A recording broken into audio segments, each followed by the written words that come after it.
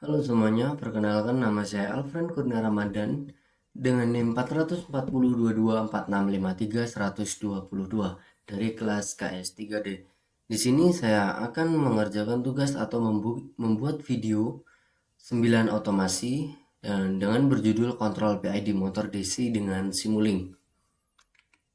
Yang pertama saya akan menjelaskan apa itu Pulse Width Modulation atau PWM.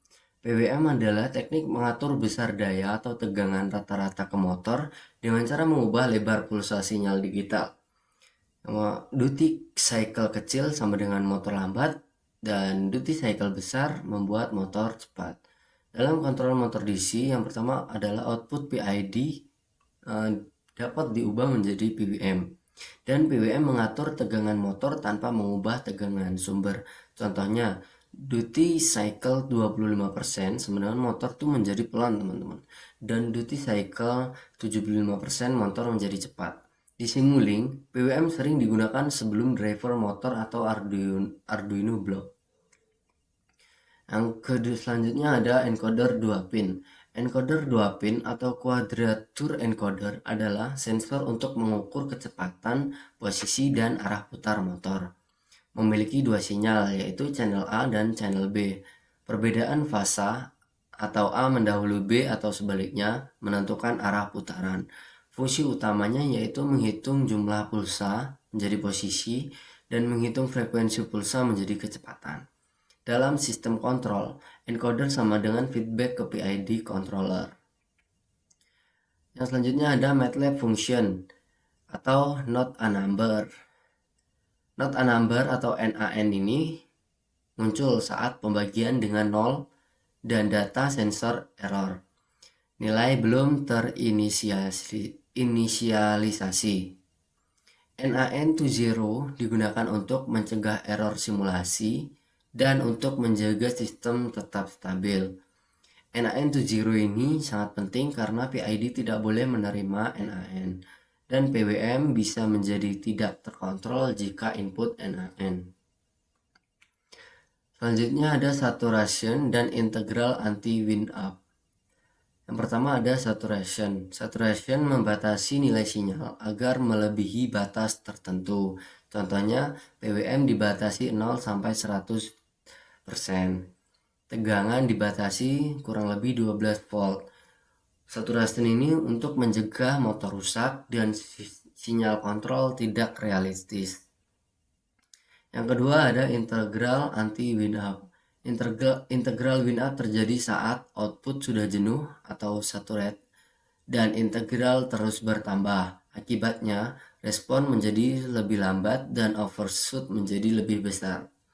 Anti-wind up ini berfungsi sebagai untuk menghentikan atau mengkoreksi integral saat saturasi terjadi dan untuk menjaga respon PID tetap stabil.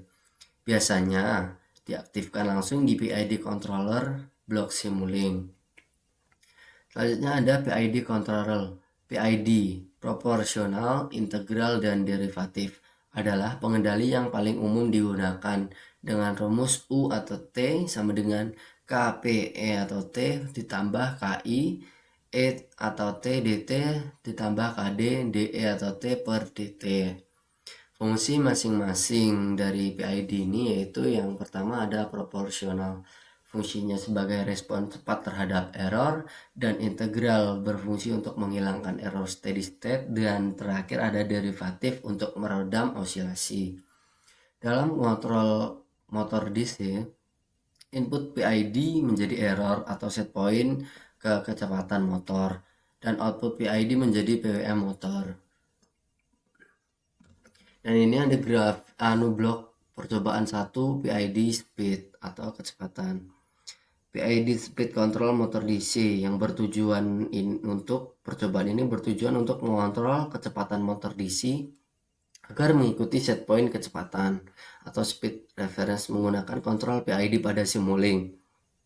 Pembuatan model PID speed. Yang pertama ada set point menggunakan step block sebagai referensi kecepatan motor. Nilai step menunjukkan kecepatan yang diinginkan. Dan yang kedua ada perhitungan error. Error dihitung menggunakan sum block error sama dengan set point dan speed. Yang ketiga ada PID controller, error dimasukkan ke PID control block. PID terdiri dari proporsional, integral, dan derivatif. Yang keempat ada output PID ke motor atau PWM. Keluaran PID dibatasi dengan saturation. Nilai ini diubah menjadi PWM untuk mengatur tegangan motor.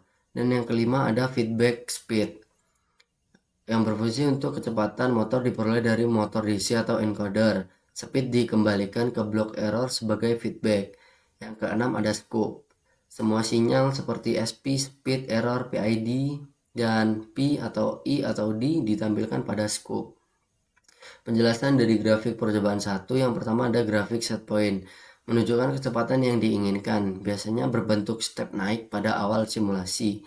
Yang kedua ada grafik speed, menunjukkan kecepatan aktual motor, misalnya awalnya 0, naik menjadi mengikuti set point, dan terus stabil di sekitar set point. Jika PID baik, speed cepat, stabil, dan error kecil. Yang ketiga ada grafik error, merupakan selisih antara set point dan speed. Yang pertama awal besar dan menjadi semakin lama mendekati 0. Dan yang keempat ada grafik P atau proporsional, bereaksi terhadap error, nilai besar di awal, mengecil saat error berkurang. Yang kelima ada grafik integral, mengakumulasi error, berfungsi menghilangkan error steady state. Grafik integral ini naik perlahan lalu stabil. Dan yang keenam ada grafik D atau derivatif, bereaksi terhadap perubahan error dan menjadi besar saat perubahan cepat dan membantu peredaman overshoot. Dan yang ketujuh ada grafik PID atau output controller. Ini adalah gabungan dari P tambah I tambah D dan digunakan sebagai sinyal kontrol PWM. Grafik ini terlihat besar di awal lalu stabil. Kesimpulan percobaan 1, PID speed mampu mengatur kecepatan motor DC agar mengikuti set point dengan cepat dan stabil. Ini percobaan 1 PID speed. Ya teman-teman, sudah saya jelaskan, dan lanjut ke yang kedua, percobaan 2 PID posisi. PID posisi motor DC yang bertujuan untuk mengontrol posisi sudut motor DC menggunakan feedback encoder dan kontrol PID. Pembuatan model PID posisi ini, yang pertama ada blok set point posisi menggunakan step block sebagai target posisi, dan yang kedua ada feedback encoder menggunakan encoder 2 pin menghasilkan pulsa diolah menjadi nilai posisi aktual. Yang ketiga ada perhitungan error posisi. Error sama dengan set point dikurangi posisi dan encoder. Yang keempat ada PID controller. Error posisi masuk ke PID controller. PID mengatur agar motor berhenti tepat di posisi target. Yang kelima ada saturation and anti-wind up, digunakan untuk membatasi output PID dan untuk mencegah integral wind up saat motor mencapai batas. Yang keenam ada scope atau SP encoder motor PID ditampilkan. Penjelasan dari grafik percobaan 2, yaitu grafik yang pertama ada grafik set point menunjukkan posisi target motor, dan yang kedua ada grafik encoder menunjukkan posisi aktual motor. Motor itu naik mengikuti set point atau berhenti tepat di posisi yang diinginkan. Yang ketiga ada grafik error, awal besar dan kemudian menurun hingga mendekati 0 saat posisi tercapai.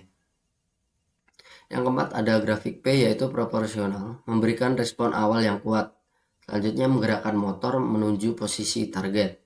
Yang kelima ada grafik I atau integral, menghilangkan error posisi sisa dan menjamin motor berhenti tepat di set point. Yang keenam ada grafik D derivatif, untuk mengurangi osilasi dan mencegah motor melewati target posisi.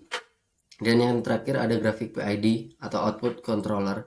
Yang pertama ada besar saat motor bergerak dan mendekati 0 saat posisi tercapai, begitu menandakan motor berhenti. Itu penjelasan dari dua blok dan dari Simulink. Yang pertama ada kecepatan dan yang kedua ada posisi ya. Ini. Baik, selanjutnya ada kesimpulan singkat dari penjelasan saya tadi. Dari kedua percobaan ini dapat disimpulkan bahwa kontrol PID sangat efektif dalam mengatur kecepatan dan posisi motor DC dengan bantuan feedback, encoder, dan tuning parameter yang tepat. Oke, mungkin cukup sekian dari saya. penjelasan dari tugas dari otomasi tugas 9 ini. Jika ada salah kata saya mohon maaf. Cukup sekian, dan terima kasih.